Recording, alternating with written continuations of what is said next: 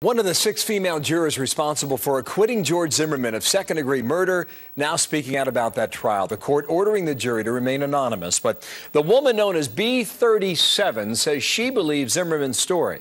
Quote, "I have no doubt that George feared for his life in the situation he was in at the time. I think both were responsible for the situation they had gotten themselves into.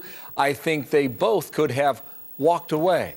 George Zimmerman's brother, Robert Zimmerman, is with me now in studio, and good morning to you. Good morning, Bill. I think we first met 3 months ago, I believe, right here in the studio here in New York. And your parents told Barbara Walters last night that they haven't talked to their son, they haven't seen their son since the verdict late on Saturday night. Right. They saw him in the courtroom, and he wanted to go home. He was getting very emotional there at the end, not what we saw on camera, but later.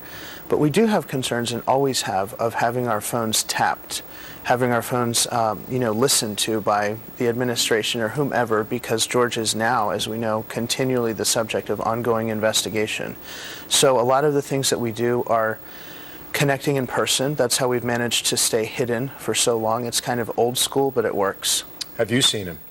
No, I've been in New York. I have not. Have you spoken to him? I was on the phone with my sister when he called my sister, and communicated that way, back and forth, clicking back and forth on the other line, but I have not spoken to him directly for the same reason. Would you describe your brother as in hiding?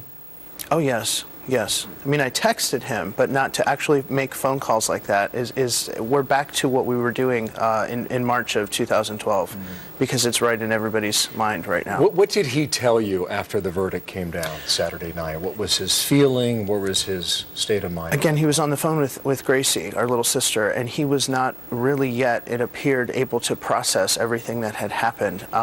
Freedom is a very new notion to him. He's been confined not just by an ankle bracelet, but psychologically and emotionally confined to being in that courtroom every day, seeing people try to put him in prison for the rest of his life. So when that's all gone and you're in essence a free man, and they cut that ankle bracelet off of your ankle, and the judge tells you have no further business before the court, that's in that instant your reality changes. So it's very jarring.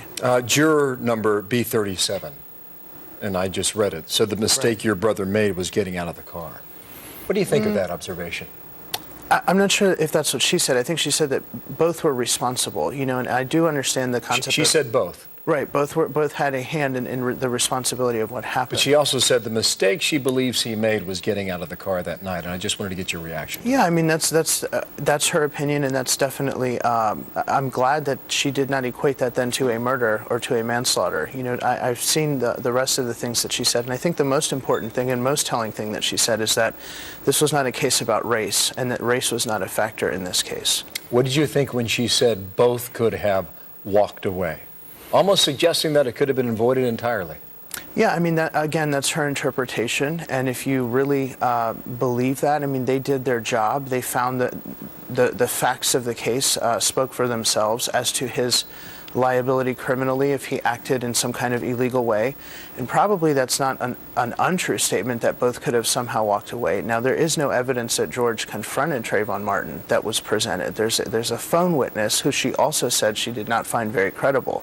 So, but for this non-credible witness, there is nothing to suggest in the evidence that George ever confronted Trayvon. In fact, there's a lot of evidence to suggest that George was confronted by Trayvon, including that non-credible witness who said that Trayvon initiated the conversation with George. When we first spoke, you said this was an improper charge. I believe that was the phrase you used, and you thought your brother would be acquitted and walk away. That's right. In the end, you were right, according to these 6 jurors in Sanford, Florida. Now your brother may face a federal issue. Do you think Eric Holder has a case against George Zimmerman? I think Eric Holder is being pressured by some groups who were calling for initially just an arrest. And these same groups keep moving around the goalpost. The NAACP, Al Sharpton, the Rainbow Push Coalition with Jesse Jackson. First, they wanted just a simple arrest, and that's it. And then, have his fair day in court, and whatever the verdict is, we'll respect it. Then when the verdict was coming, they wanted him to be found guilty. But the verdict isn't what they wanted, so now they're moving the goalposts again and calling on the Department of Justice to investigate him more, and the NEA has jumped on board. I think it's, I think it's more responsible. I understand the Justice Department is responding to pressure, but I think that the American people need a little bit of time to digest those two words, not guilty. It doesn't mean nothing happened, and I think most of the people who are upset with that outcome didn't actually pay attention to the trial. There's two other issues. One deals with the prosecutor who was asked to describe your brother in a word. I will ask you about that in a moment. Also, when we spoke yesterday, you wanted to offer a conciliatory note to America, and I'll give you that opportunity in a moment, okay? Thanks, Bill. As our interview continues here in a moment, Robert is back on what he wants America understand about this ordeal, so stay tuned for that minutes away. All right, back here now, George Zimmerman's brother, Robert Zimmerman, back with me now here in New York as we continue our discussion here. Morning again. Angela Corey, is the prosecutor, and she was asked to describe your brother in one word, and she said murderer. Wildly inappropriate. What did you think when you heard that? Wildly inappropriate, and is confusing the people who think that. I mean, George was acquitted by a jury. I think it insults the jury, those 6 women who made a legal determination based on law, and the prosecutor should respect it. I've never seen prosecutors be so outright disparaging of our process. Is she saying that they made the wrong call? You know, I really don't know, but I think that woman has made quite a few outbursts over this case, including to Professor Dershowitz, including to Harvard Law School, including to Mr. Kroidbos, the whistleblower in her office, who was concerned that the defense was not getting discovery, firing him in the way that she did. I would encourage her not to say anything else about this case. Do you think your brother did anything wrong? It's hard to tell. I think that everybody has a hand in their fate ultimately. I think that there's a difference, though, between the word regretting and feeling remorse for. So I think that if you do what you believe is right at the time, and again, hindsight's 20/20, you can always look back and think that there could have been a different outcome or would have been a different outcome if you did one thing the way or the other. But I know he feels tremendous remorse about the outcome. Now, did you anticipate the reaction that we're now seeing even before the verdict was handed down? I did, because again, sometimes people don't really focus on evidence or what's coming out in testimony, but they actually just pay attention to the final word, not guilty, and that means nothing happened to some people, and that's just absolutely not true. One more comment here. What is your word of conciliation, or you wanted to be conciliatory toward the American people or to our viewers today?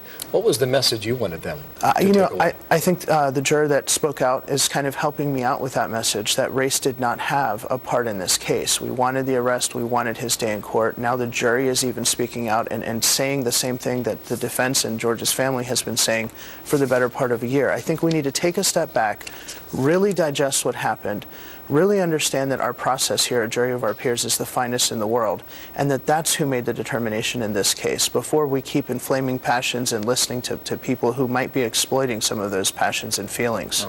Robert Zimmerman, thank you for your time this morning. Thanks, Bill. Appreciate it. Thank you.